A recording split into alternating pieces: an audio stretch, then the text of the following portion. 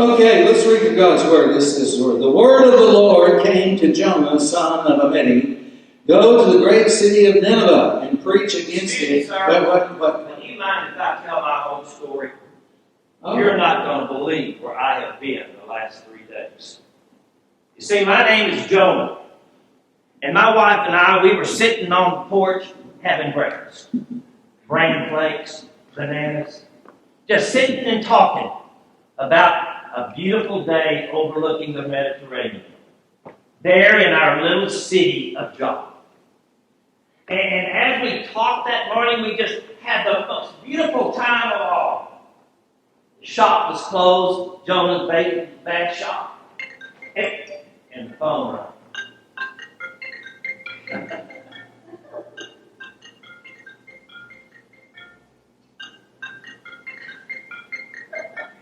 Well, it did ring.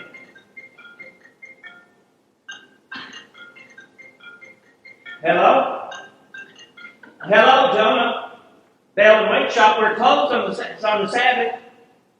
Now, who is this? Who did you say? The Lord. Well, Lord, what in the world are you doing calling me on the Sabbath? You know we take the day off. Oh, this is the biggest time of the month at our little store. It's a sale month. Yes, sir. And we're going to have the biggest sale all month long. You got something for me to do you? Well, Lord, I'd do anything for you, but this is just not the time of the season to do it. This is when we make all our money. You don't care about my money right now? Mm-hmm. Well, tell me what you want me to do. Lord, you know these phones, they get bad connections, and I just don't think I heard what you said. You said you wanted me to go where? To Nineveh? Lord, are you having a bad day? You know we don't go to Nineveh. Those aren't our kind of people. But you want us to go there. You want me to go there and preach. I didn't go to seminary. I went to sales school to start my business. What do you mean you want me to go preach in Nineveh? A city that we don't like. You heard me correctly, huh? And I heard you correctly. Okay, now listen. This sale goes on for 7 days, and it's life and death of my own business. So when do you want me to leave? I knew you were going to say it. I knew the way this conversation was going, it wasn't going to be a week from now. So you want me to go to Nineveh tomorrow. Okay, Lord. I'll go do what you want me to do. Then I hung up, and I said, honey, I wish you would have answered that call. So I decided I would go down to the little dock. And there's a sign there saying to Nineveh, several hundred miles over the mountains. And then there was a sign saying to Tarshish. Oh, we love Tarshish. Tarshish is almost like going to Hawaii. Oh, Tarshish is beautiful this time of the year. So I went down and I bought my little fare and I got on the boat. And I was headed the opposite direction of what God called me to do. But I just knew God was having a bad day. Nobody goes to Nineveh. So I got on the boat. The boat was sailing just a beautiful sea. Everything was calm. And then all of a sudden this wind came up and the boat began to toss back and forth. And so I went down into the belly of the ship and I went sound asleep. Not to be bothered by anybody. But the captain of the ship and the sailors on the ship got really excited. Somebody's on this boat that is running away from their God, they said. And so they went all over the boat looking. And the captain found Jonah fast asleep. And the captain, sleeper! Sleephead, get up! What are you doing? We're about to die. Who are you running away from? And finally they realized that this man was running away from his God. And Jonah got up and went up and thought he could get the seas calm, but nothing happened. It got worse. And so he asked him, the shipmates, what do you want to do with me? What do you think ought to happen? And the shipmate said, well, maybe we ought to throw you overboard. He said, well, just do that. Throw me overboard. Well, I was just a kid. I didn't know they were going to take me seriously. So they threw me overboard. And I got into the belly of a big fish. Have you ever spent any time in the belly of a big fish? There's not a lot of things you can do down there. And so the only thing you can do is to begin to pray. And you pray and you say things to God that's unbelievable. God, if you get me out of this mess, I'll go to Sherman, Texas and preach on Sunday morning. God, get me out of here and I'll go and do what you asked me to do. Just get me out of this mess. And so the whale had about as much of Jonah as he wanted and just vomited him up on the side of the sea. God came to Jonah again and said, Jonah, have you had enough? Are you going to listen to me? Are you going to still run away from me when I ask you to do something? And Jonah said, no, Lord, I'll go to Nineveh and I'll go and preach. Go and save that city, God said to Jonah. And Jonah went and preached. Now look at the response Jonah did. I've been preaching for 58 years, and I haven't saved the whole city. In fact, most of the city wanted to run me out of town. I remember the day I retired after 37 years at East Ridge Park. I've been struggling with the decision, and Karen and I have not been, Gloria and I have been all that decision all the time. And so I finally decided on a Saturday night that I would announce my retirement the next Sunday. I got up before the congregation and I said, my friend Jesus has called me to retire.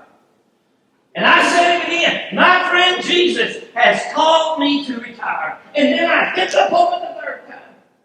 And I said, my friend Jesus has called me to retire. And the entire choir stood up and sang, what a friend we have in Jesus. Well, so you can imagine Jonah in the belly of the whale, now faced with a second call to go do his job, to save a city, and to let God love him with his grace. He went and did it. He must have been a good preacher. He saved the entire city. You know, when I have the opportunity to offer an invitation and somebody comes and accepts Jesus Christ as Lord and Savior, I want you to know that's the most glorious time in my life. Amen. Just to see that somebody changes their life and wants to become like Christ. I remember my first little student church at North Fort Worth Christian in Fort Worth. I was in seminary, Gloria and I had been married, and we had our own little parsonage. And I'd go preach on Sunday and do my pastoring, and then I'd go to class. The very first Sunday there, I got up and preached, and I tell you, I preached. And the person came down the aisle. First time to preach, got me a victory. He got up to me, and I said, Johnny, have you come to make a decision? And he said, no, I just need to know where the bathroom is.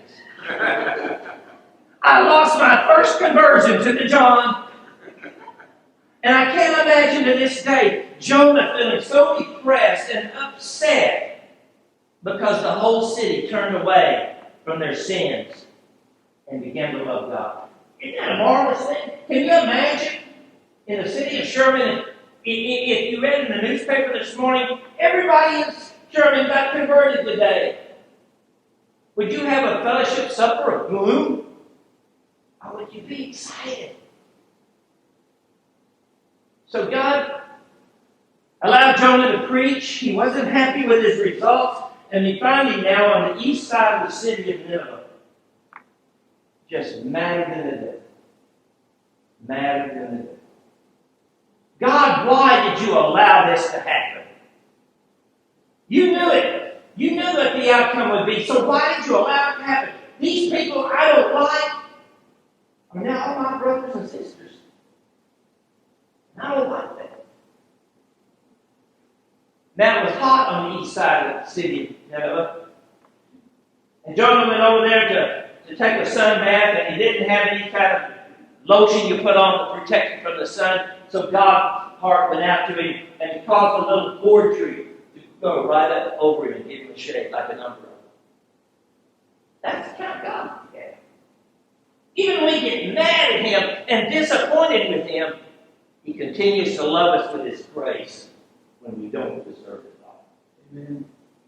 And so Jonah falls in love with his little gourd tree. Falls in love with it. And God asked him, why do you love that tree more than you love my people? Well, you know, as a preacher sometimes, I don't always love some of my members. I was hoping they'd go up and join the Baptist church. I had 5 or 10 families at the Baptist would have just loved me. They wanted to stay there to make sure I stayed humble and true. But here, Jonah is more in love with something that would only last for a small time instead of thrilled about people who would last for eternity. That makes sense. So God finally said, Jonah, I've had enough of you. I've given you a chance. I've given you a second chance. I've given you everything you needed. And you still are a big old grump. So he caused a little worm to get into the gourd tree, and it just shrunk and went back to the ground, and we leave Jonah on the east side of the city, burning up in the sun and burning up with it. Now, people, that's my story of Jonah. It's mostly biblical. Some of it's just Texan. But it's a story that has always blessed my life. You see, and now I got to go home and explain to Miss Jonah where I've been the last 3 days and why I look like this mess. And that's not going to be easy.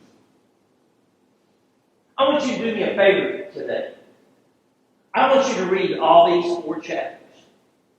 And every time you see the name Jonah, I want you to put your name. Because Jonah is a story about all of us. We've all had these same expressions. We've all done the same thing Jonah did. Somebody in the back might say, you want to bet I've never been like Jonah? Oh, yes, we have. Dorothy, will you come and teach the little kindergarten class today? Oh, no, I can't teach children. Hey, John, will you come and be chairman of the board? Chairman of the board to all those crazy people? I don't think so. Well, Sally, will you be president of CWF? There wasn't no CWF in the Bible. We make excuses about everything until we get ourselves in a mess. You know, it's amazing in all the years of preaching, people would come to me who had lived their lives outside of the Word of God, who got married 2 or 3 times. I had a woman in Oak Cliff when I was a pastor at Stevens Park Christian. Came to me and said, Brother Dan, I want you to perform my wedding. I come to your church. I'm not a member, but I just love to hear you preach. Now, I think that's what she said. She said she loved to hear me preach. And so she said, I want you to marry me. She said, I found me a man. And I said, bring him. Come on, Shirley, let's have a wedding. Well, anyway, she's married 3 months, and she said, oh, Brother Dan, I'm going to have to leave this man. He beats up on me. I said, well, you can't live with a man who beats up on you. 6 months later, Shirley called me again. Oh, I found the perfect man, as if there is one of those. But I wanted to choose. I said, okay, I'll marry you this time. Well, I moved on to East Ridge Park after that, and she called me and said, oh, Brother Dan, you won't believe this man was a wife here too. I said, Shirley, you got to quit finding these men. You just can't get married to every man. And she said, oh, Brother Dan, I have found a godly man. I said, okay. I said, but Shirley, she said, I want you to marry me for the 3rd time. I said, Shirley, I just can't do that. I can't marry you 3 times. She said, well, Brother Dan, you have been so sweet to me all these years. We're going to give you $1,500 I said, you bring that godly man down here. Let's tell you what's going on. You see, we all bargain with God. We all, God, if you get me out of this mess, I'll just do anything you want. You ever know somebody who had a terminal illness? And all they want to do is to get well. And they would promise God, if you just get me well, I'll go to church every Sunday. I'll be the best person. You've heard, people. You might be a person like that. When we find ourselves when the door is closed and there's no way to open it, we promise God to do everything under the sun for Him. And then God opens the door and we walk through it. And we never talk to God again. Isn't that a shame?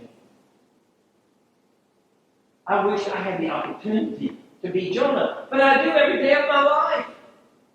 God calls us. Do you believe that you've been called to be who you are in the name of the church? Do you think you've just been called to sit on the pew and decide whether you like to preach your sermon or not?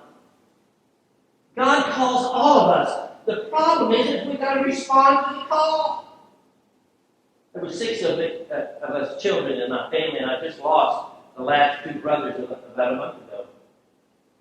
But I remember I went into my daddy, and I said, Daddy, and I was like in the first grade, and I said, well, you're not going to believe this, but I was in the first grade. I knew God wanted me to be a minister. I practiced it in my neighborhood. I baptized all the little children in the pool, and I married the little kindergartners and first graders together. I wanted to be a preacher. And I went up to my daddy and I said, Daddy, I think God has called me to preach. Are you afraid to work? You don't want to be a man? You're not supposed to slap your dad, but I wanted to slap my daddy when I was first grade. Daddy, I really feel called to be a preacher. And God bless my life. You realize that from that day in first grade to now that I'm 74, I never wanted to do anything else but a preacher until I retired. And now I'm a bus driver. Benita that owns the bus company, my company helps drive for her. I scare more people, the devil out of more people with my driving than I ever did with my preaching. But I love driving my bus. But you see, my point is simply this. We all get our lives in a mess from time to time. Not always by our choosing, maybe some other way. And we promise God, just give me another chance. Call me again and see if I can respond in a different way. And you see the result Jonah had? Even as unappreciative and unwilling as he was, God used him to save an entire city. We might all sit down here thinking, my life is almost over. I'm an older person now. I've done everything for the church I need to do. I'm just going to sit back and relax. You think we can afford to sit back and relax? Do you notice that our world is going to hell? Because we just sit back and relax. No discipline among our children. Drugs at its highest rate. Divorce. When I went into the ministry, there was a divorce 1 in every 58 families. Now, 9 out of 10 people will end up in a divorce. So what's happened to this God who is going to be a God of our families? People, we've got a calling to fulfill. We've got a job to do. And it's not over until He says, my good and faithful servant, enter into the joy of your Lord. I know you worry about your church. You have to block off the parking lot so the Baptists don't take it over. But you don't give up on your church. Don't give up on making a call to someone just saying, would you like to visit with? We're not a very big church. But I haven't found the devil in you yet. As I spoke to each of you, you're the sweetest people in the world. Even though you didn't share your breakfast with me, I still love it. See, we can't give up. The Christian church to me was always a great church. And people ask me, well, what happened to it? Well, what happened to it is we stopped believing. We stopped believing that His Word was our Word. We started believing, let's just change it to make us feel good. Amen. But do you think we feel good now? Not having any requirements to fulfill, any calls to respond to? I don't think so. In the game of football, did you know I refereed the Battle of the Axe for 6 years in a row here in Sherman? Did you know that? You probably trusted me. You didn't even know it was me. I was the head ref. Wonderful game. And I love the coaches. I love the spirit of the game. And there's 976 rules in the game of football that I have to know at a spur of moment. Yet so many of us can't even remember the Ten Commandments. Goodness. When Jonah ends his story by falling in love with a gourd tree instead of being appreciative of the response to his preaching. A gourd tree. What are you in love with more than the call God has made on your life? And only you can answer that. There's things that I do that I love to do that sometimes I thought, I should be making another call at the nursing home, or I ought to go to the hospital, or I ought to be praying for this person. And I could get so caught up in being a football referee, or being a bus driver, or whatever I was doing.